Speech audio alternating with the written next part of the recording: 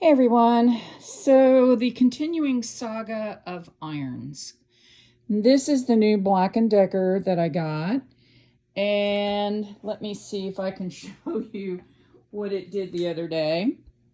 You see that DTF? Like, that's a very scorched DTF.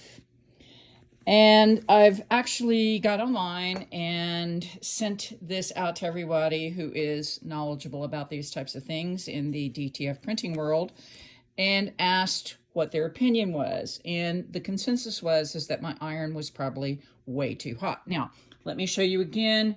I have it on the high cotton linen setting. Now, here's what I'm doing. I got one of these infrared thermometers that most people use for their griddles or their grills. I'm going to use it here on this iron. Let's click it on. Okay, you see that?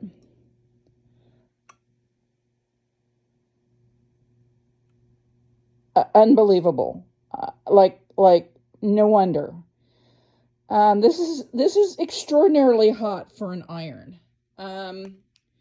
So I'm going to say that if you really need a hot iron, this is the one to get, but no wonder.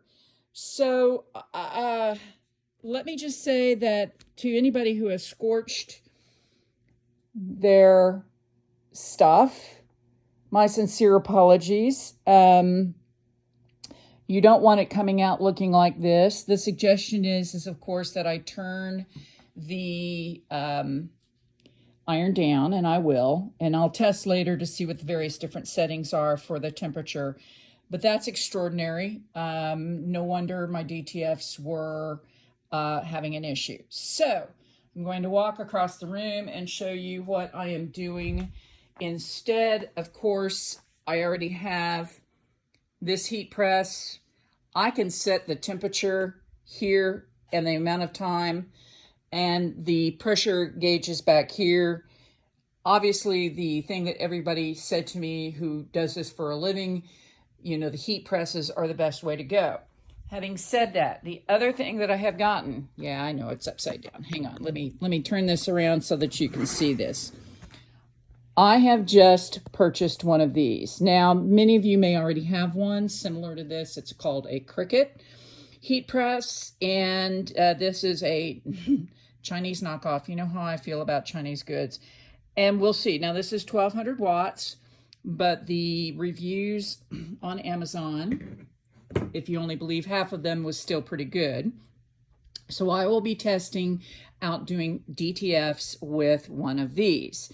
So word to the wise, spend 15 bucks. Get yourself one of these. Again, let me walk back over. Again, apologize the mess. I'm getting ready for Houston. And yeah, my studio is like a hurricane hit it. But this is what I'm using to test. Now, once again, this is off. Let's go back and test this one more time. See, that's just incredible. No wonder. By the way, what is a good DTF temperature? It's anywhere between 310 to 330 for 15 to 20 seconds. So now you understand why that happened and got those scorch marks. So once again, word to the wise, check the heat of your iron.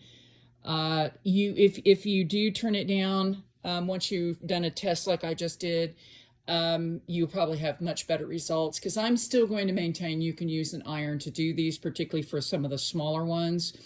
But stay tuned. I will do more about that, as well as do a comparison with the various heat presses I have. If you have any comments or questions, leave them below. And as always, thanks so much for watching.